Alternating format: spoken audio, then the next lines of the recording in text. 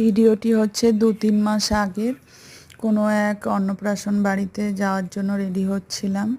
তো আমি আমার মেয়েকেও রেডি করিয়ে দিচ্ছিলাম, দেখো।